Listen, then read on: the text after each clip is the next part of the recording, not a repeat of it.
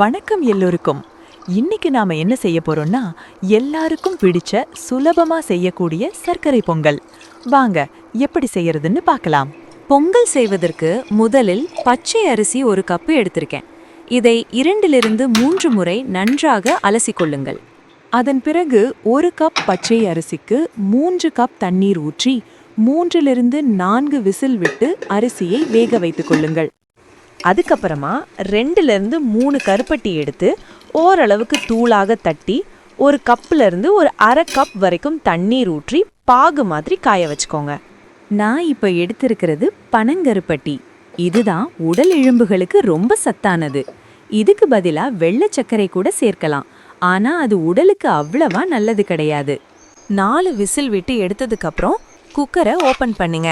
சாதம் பார்க்க இப்படித்தான் இருக்கும். இந்த சமயத்துல சாதத்தை நல்லா ஒரு குழி கரண்டி வச்சு நல்லா கிளறி விடுங்க. அடுத்தபடியா நம்ம ரெடி பண்ணி வச்சிருக்க பனங்கருப்பட்டி பாகு எடுத்து கொஞ்சம் கொஞ்சமா சாதத்துல ஊத்தி கிளறிக்கோங்க. நான் எடுத்திருக்கும் பனங்கருப்பட்டி பாகு 1 கப் அரிசிக்கு சரியானதாக இருக்கும். வெல்லம் பாகு ஊத்துனதும் சாதத்தை நல்ல கிளறி விடுங்க. சாதம் நல்ல மசீர மாதிரி இருக்கணும். பாருங்க, பார்க்கும்போதே தெரியுது எவ்வளோ டேஸ்டா இருக்கும்னு. நெய் அதிகமாக சேர்த்துக்கோங்க, அப்பதான் டேஸ்ட் ரொம்ப நல்லா இருக்கும். முந்திரி உங்களுக்கு தேவைக்கேற்ற மாதிரி சேர்த்துக்கோங்க. அவ்வளோதான், அருமையான சக்கரை பொங்கல் ரெடி.